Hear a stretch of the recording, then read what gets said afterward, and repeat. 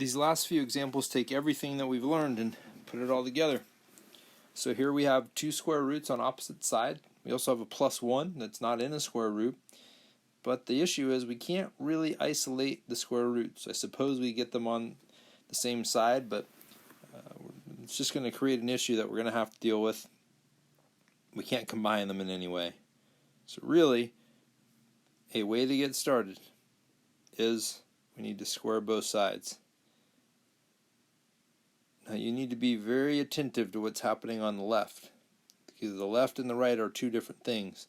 The left means the square root of x plus 1 times the square root of x plus 1. I'm going to leave the right alone for now, which means you've got to use FOIL or distribution to multiply those together. Well, I'm going to use FOIL. The square root of x times the square root of x is x. The square root of x times 1 is the square root of x. 1 times the square root of x is the square root of x. And 1 times 1 is 1. You really got to pay attention to the meaning.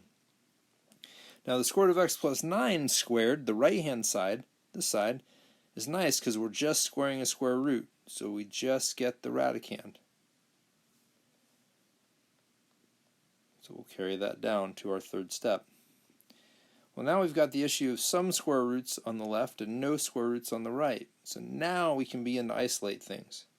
I'm going to subtract x from both sides. I'm going to subtract 1 from both sides. And remember that these are like terms. The square root of x plus the square root of x is 2 square root of x. And that will equal, well, the x's cancel out, and 9 minus 1 is 8. My personal preference, because now this is like what we were just talking about in the last video, I'm going to divide both sides by 2 to isolate the square root. The square root of x equals 4.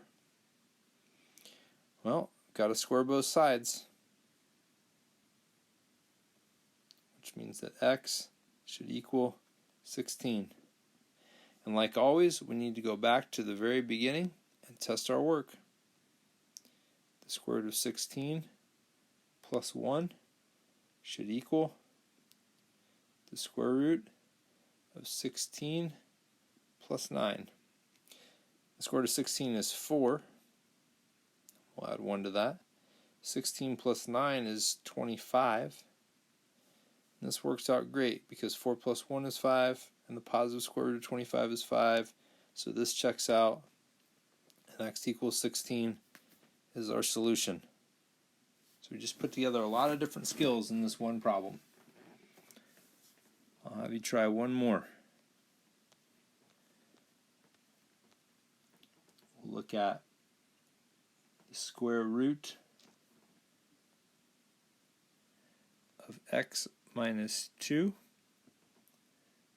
plus 3 equals the square root of 4x plus 1. This may be a hair more complicated than the last problem, but the idea is still the same.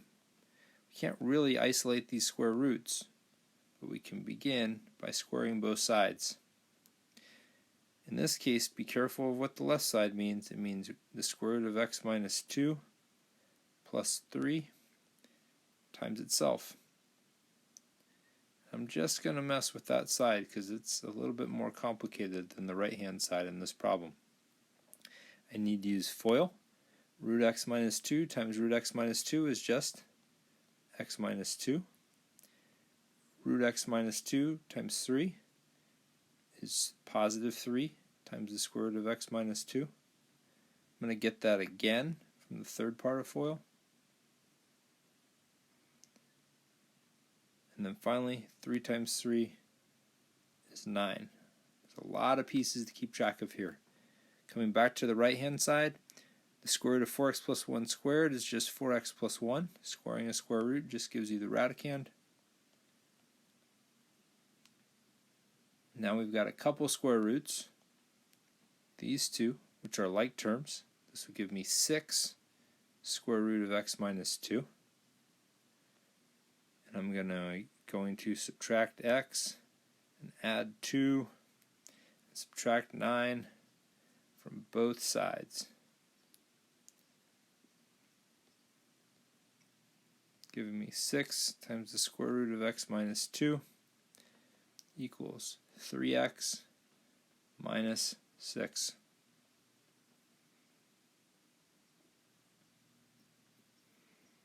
Now this is a case where I would probably square both sides rather than dividing by 6. I really would rather not divide this whole thing by 6 if I don't have to. I don't have to. So this is a case where I would just square both sides now. Again, a lot going on. 6 squared is 36 times x minus 2, the square root of x minus 2 squared. Remember that this means 3x minus 6 times 3x minus 6, and you have to use FOIL to multiply it out. When you do that, you'll get 9x squared minus 36x from 18x and 18x plus 36. I'm going to work up and to the right, but I'm also going to distribute. So now I'm coming back up here, trying to find some room on this page. This will be 36x minus 72, oh boy, equals 9x squared, what a mess, minus 36x plus 36. This is awful, awful work. Let's try and clean this up a little bit. I'm going to bring everything to the right because this is a quadratic.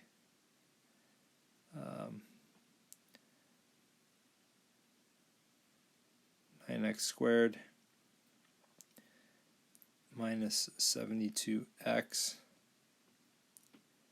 plus 108 equals 0.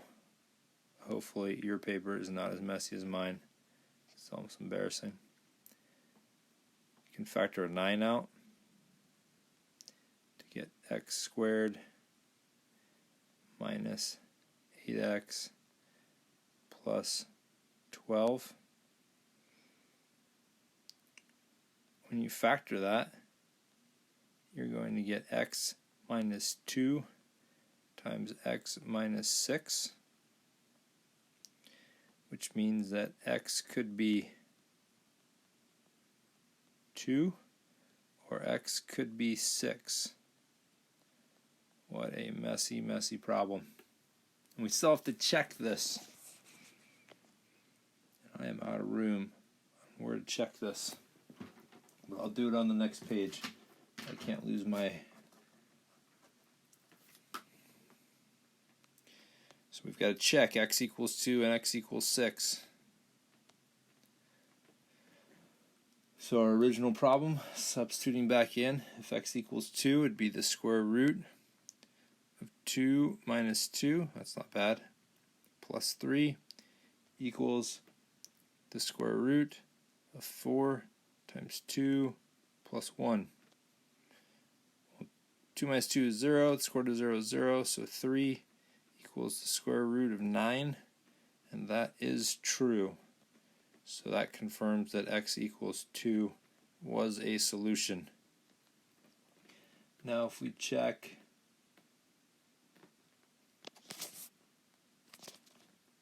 x equals 6,